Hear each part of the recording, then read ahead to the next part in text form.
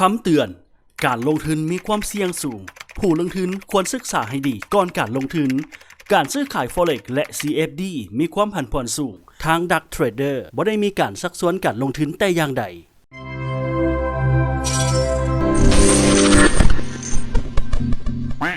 สวัสดีต้อนรับเข้าสู่ Dark Trader เนาะสำหรับในมื้อนี้เราจะมาแนะนำวิธีการเปิดบัญชีเทรดจากทาง XM นั่นเองเนาะสำหรับท่านใดที่ว่า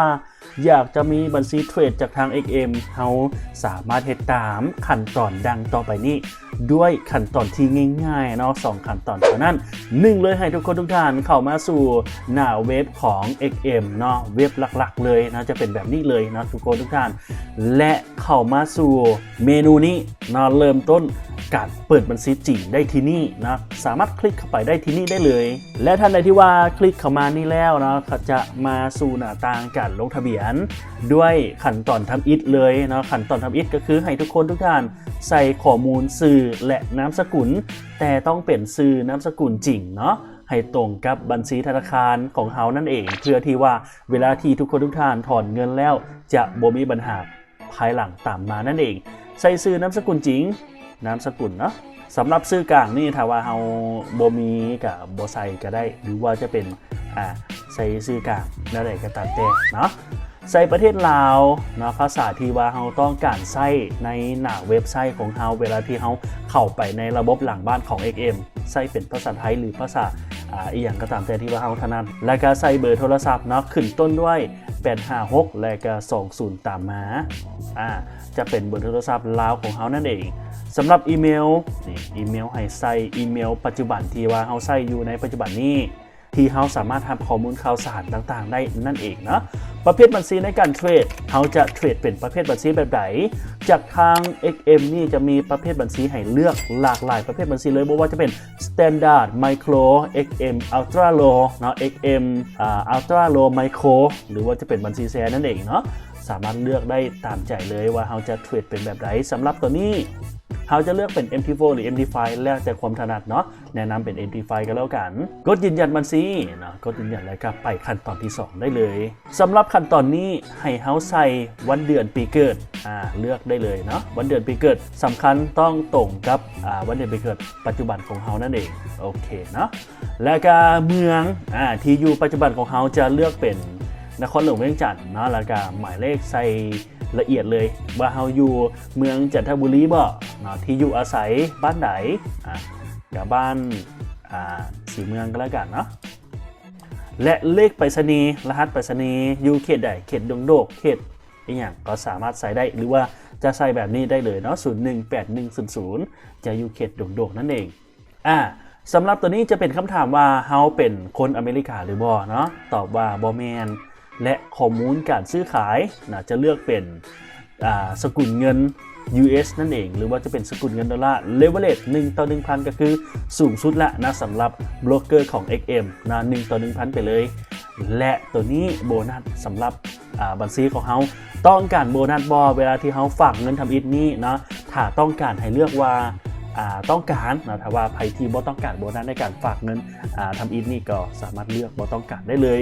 ข้อมูลของเฮาในการลงทุนนะจำนวนการลงทุนนี่เฮาจะใช้การลงทุนประมาณเท่าไหร่เนาะ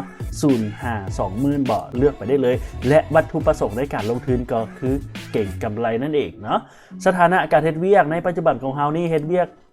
อย่างแน่นะนายตัวเองบ่หรือว่าบ่ได้เฮ็ดเวียกเป็น full time trader เลือกได้เลยเนาะและระดับการศึกษาเขาก็สามารถเลือกได้เลยนี่ใส่ไปได้เลยเนาะ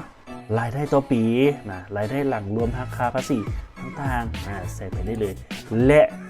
ตัวนี้ผู้ประสบการณ์เกี่ยวกับการเทรดรายได้สำใดเนาะประสบการณ์นี่เขาก็สามารถใส่ได้เลยนี่และสำหรับตัวนี้เนาะเขาก็สามารถเลือกว่าหลายกว่า25เทื่อก็ได้เช่นเดียวกันตัวนี้บ่ได้มีความสำคัญอย่างไรเนาะแต่ว่าเขาใส่เพื่อเป็นข้อมูลส่วนตัวของเขานั่นเองสำหรับรหัสผ่านการซื้อขายหรือว่ารหัสบัญชีเข้าเว็บไซต์ตัวนี้ให้เขาสร้างเองได้เนาะทุกคนทุกท่านให้เขาสร้างเองเพื่อที่ว่าเวลาที่เขาเข้าไปจัดการหลังบ้านหรือว่าจัดการระบบบัญชีของเขาอยู่หน้าเว็บของ XM นี่เขาจะใส่รหัสผ่านตัวนี้และรหัสผ่านตัวนี้ก็จะสามารถใส่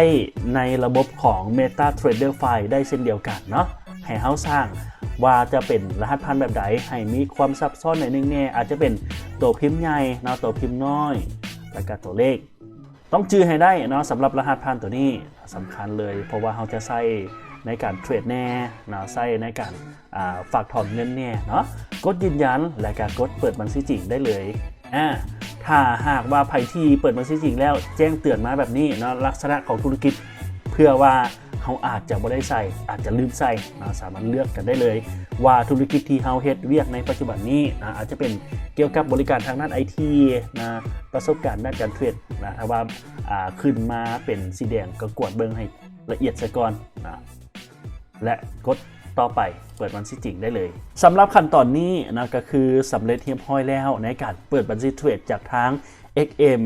ขั้นตอนต่อไปก็คือให้เฮาไปยืนยันนะจากทางอีเมลของเฮาซะก่อนเข้ามาที่อีเมลนะอีเมลที่เฮาลงทะเบียนและก็คลิกเข้าไปได้เลยจะมีอีเมลยืนยันการเปิดบัญชีของเฮาสามารถคลิกยืนยันอีเมลได้เลยโอเคนะสำหรับมาในหน้าต่างนี้แสดงว่าเฮาเปิดบัญชีเทรดจากทาง XM ได้เป็นทีเรียบร้อยกันแล้วสำหรับMT5 ID ของเฮาก็คือเลขรหัสตัวนี้นะเพื่อที่ว่าเวลาที่เขาจะใช้ในการล็อกอินเข้าทางเว็บไซต์ของทาง XM นะเขาสามารถล็อกอินผ่านทางตัวนี้ได้เลยนะ Copy ไปหรือว่าจดไว้ถ่ายรูปไว้นะตัวนี้จะเป็นส่วนที่สำคัญเลยและพาสเวิร์ดนะจะเป็นพาสเวิร์ดที่เราตั้งค่าเมื่อกี้นี้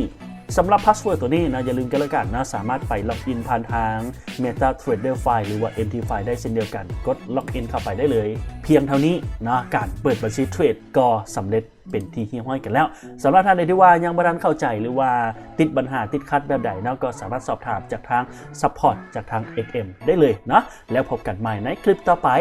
สบายดี